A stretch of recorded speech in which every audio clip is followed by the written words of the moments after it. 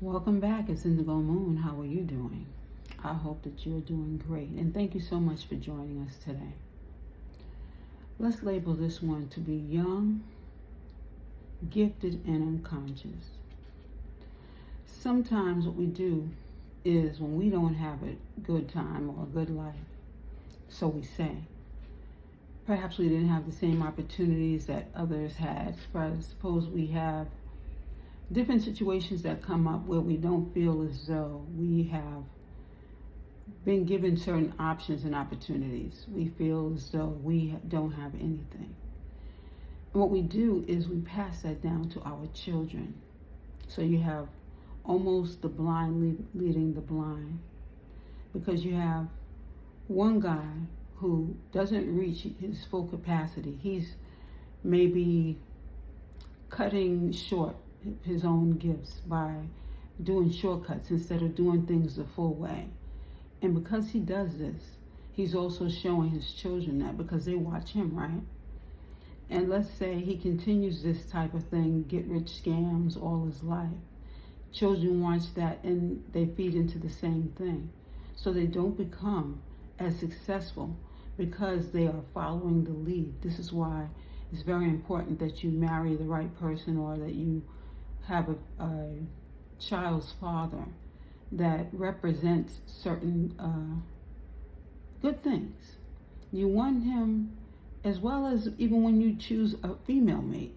When you have children, my mother said to my brother once, have all the fun you want, but don't have any children. And then they had a child. Now, this is nothing against anybody who I'm mentioning. I'm just giving an example. We tend to fall into relationships and our children reap those benefits. There was years ago,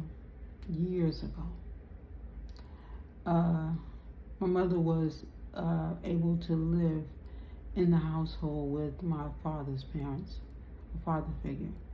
And she was allotted this gift, some people would call it. His older sister would call it a gift, because she was homeless. She didn't have anywhere else to go. She'd been abandoned by her parents because they felt as though she wasn't adding up to what they, her full potential, we'll say. And she was allowed to live in that household. Well, she was then aimed at in a way in which no one would want to be aimed at, meaning his older sister decided to chop her fingers off in order to get her out of the house, because there was envy, a lot of jealousy and envy in that household. Because, first of all, she said she's the oldest, she should be given certain gifts that she was not provided. Now, I'm using real life examples because it's important that we realize that a lot of things that have happened have stemmed from jealousy, envy, as well as guilt. Our parents sometimes have certain guilt, so they let you get away with things that they could never have gotten away with, because they feel like, okay, maybe I'll give this child more opportunities and they'll be better. But sometimes when you spoil a child, what does the Bible say? Spare the rod, spoil the child. Maybe that has something to do with this as well. When that child is not reprimanded. Now, when we say reprimand, it doesn't have to be hitting. It could just be scolding the child and telling the child that, look, this is just not what we would expect from you. This is not correct. Let's make some adjustments. Let's try to figure out a better route next time. What would you do differently if you had the opportunity to do it again? It's important that this child be able to use their words. When the child is not given their words, they tend to act out. And when it's not fixed, when it's not taken care of when they are children, this comes out when they become adults. And you don't want adults running around here hurt and confused, because that makes a world confused. And that's exactly what is happening right now with so many people. A child was neglected and something happened to that child, so now the child is now being spoiled. Not only is the child being spoiled, but the child is taking the forefront in the family. Maybe the child is the firstborn son. So since he's the firstborn son, he has now secured his position. Only thing is that when you allow a child to secure a certain position and they still are a child, what about the man in the household? How is he made to feel? Do you take the man's plate and give it to that child, that firstborn child, because that child has brought money into the household? And now the father is made to feel neglected? The father is made to feel as though he is less of a man? How does that come out? How does that come across? What about the children who are watching? Because someone's always watching. When you have a big family and you have a number of children in the household, their biggest only choice is to watch you. Because they're looking for leadership. They're looking to see what's going to happen when someone does something wrong. Are they going to be put on punishment? Are they going to be spoken to? Or are they going to get away with it? When a lot of things are gotten away with by that older child, it falls right down to that last child. And that last child is watching, listening, and everything. It's almost as though you told that child, stop, look, and listen. You didn't solicit those directions, but that child is taking it in. And now that youngest child is far worse than any of the other children. That might be the child that ends up going to jail. That might be the child who commits most of the crimes in the family until it becomes a grandchild who has watched and who has been allowed so many chances. You see, when you look at a family, they say that a community can raise a child. You know, that African proverb, I forgot what it says. It says something about everyone can help that one child in the community. But in today's day and time, even that has been compromised because you can't trust everyone in your surroundings. You have felons and people who have committed all sorts of crimes, and they are able to live in a community where there is a school. And sometimes it's barely because of homelessness. You know, where else are they to go? It used to be where you took that child who was doing the wrong thing and shipped them down south. But we see what happened in the South now, that all those bad children were shipped to the South. They then helped and corrupted other children. And then you have a society in the South that is not so good, okay? So when we look at different children, every family is given a gift, the golden child, let's call him. And that golden child is supposed to do great things in that family. When they do the great things in that family, they allow money to flow properly, so that everyone in that family is given different opportunities. College is paid for. Other schooling is paid for. Maybe other training, is given, so that other opportunities are provided. But when you have spell work that is introduced, you have a whole different story. You have two sisters who are growing up in a household. One is given certain gifts because she looks like a character that on the television that the family watches. And basically she's mimicking that character that's on that screen. So she gets away with a lot of different things. But that also calls another type of attention. When you have grown big boys in a household, when you have grown men in a household, and they've been hurt and they've been taught the wrong way, or maybe they're just picking up on certain energies and they tend to give that child unnecessary attention, and that child is then hurt in more ways than one, and that child grows up bitter. There's a lot of that going on when you don't have a great balance in the household. Some people work and they get their money together before they have children so that they don't have to struggle so much, and so that they can support the children properly, and they can give the great guidance in that household. we have to look at what we're building. And if we are not building good dialect, or should I say, great guidelines in the household, what happens to the children? The sins of the father is what falls under, because the father's supposed to be the household representative. He's I won't say he's the director, because we all know that when you have that type of concept, which is not the necessary way of even looking at it now, because that's really more so the way they did it back in the day. Now you don't always have a mother and a father in a household, but hopefully we are working our way to having more of a balanced home.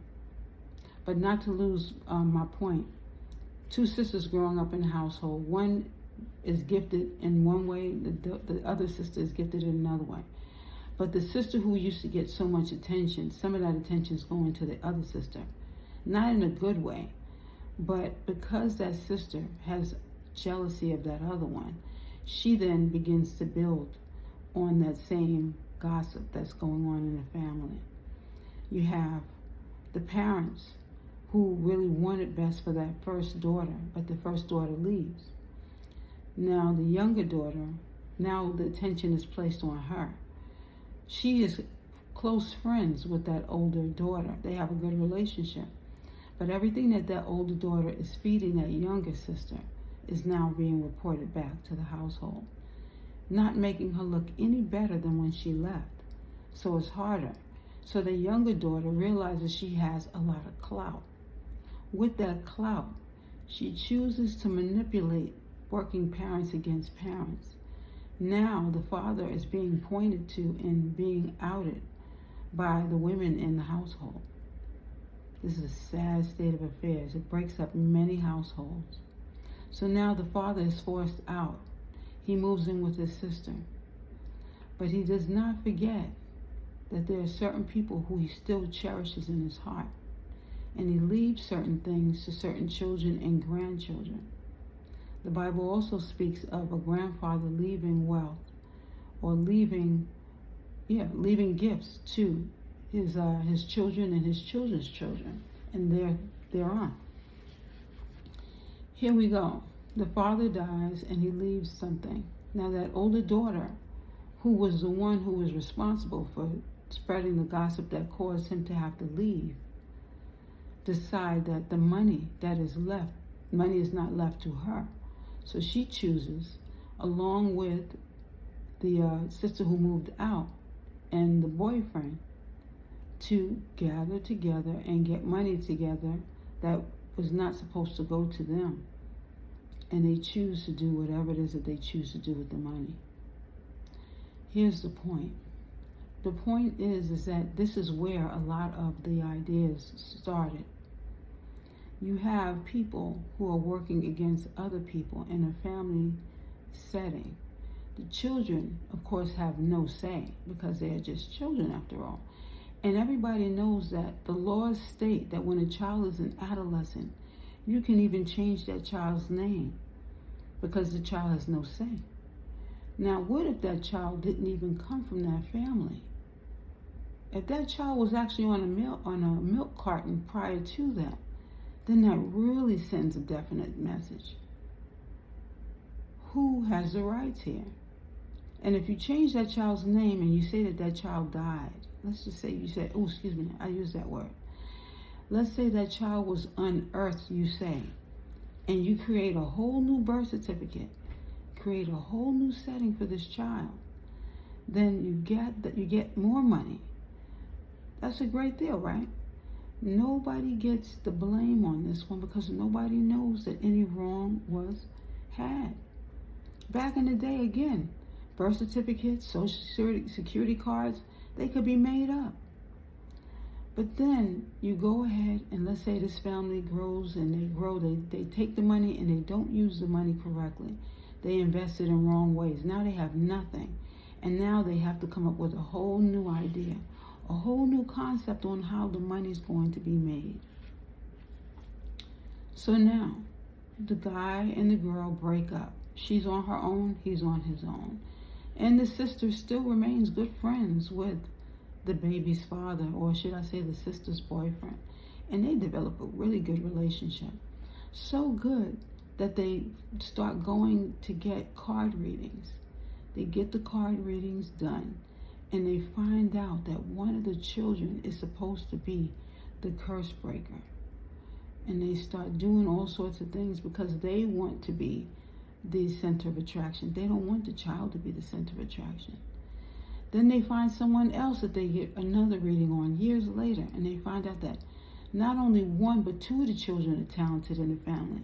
They could have been the next BB and CeCe Winans even.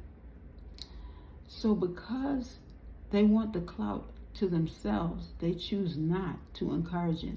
They choose not to take the children and get them lessons. And the boy is neglected by his father, so he starts his own corruption, and he starts doing his own things, but he's really doing it to gain the attention of his father.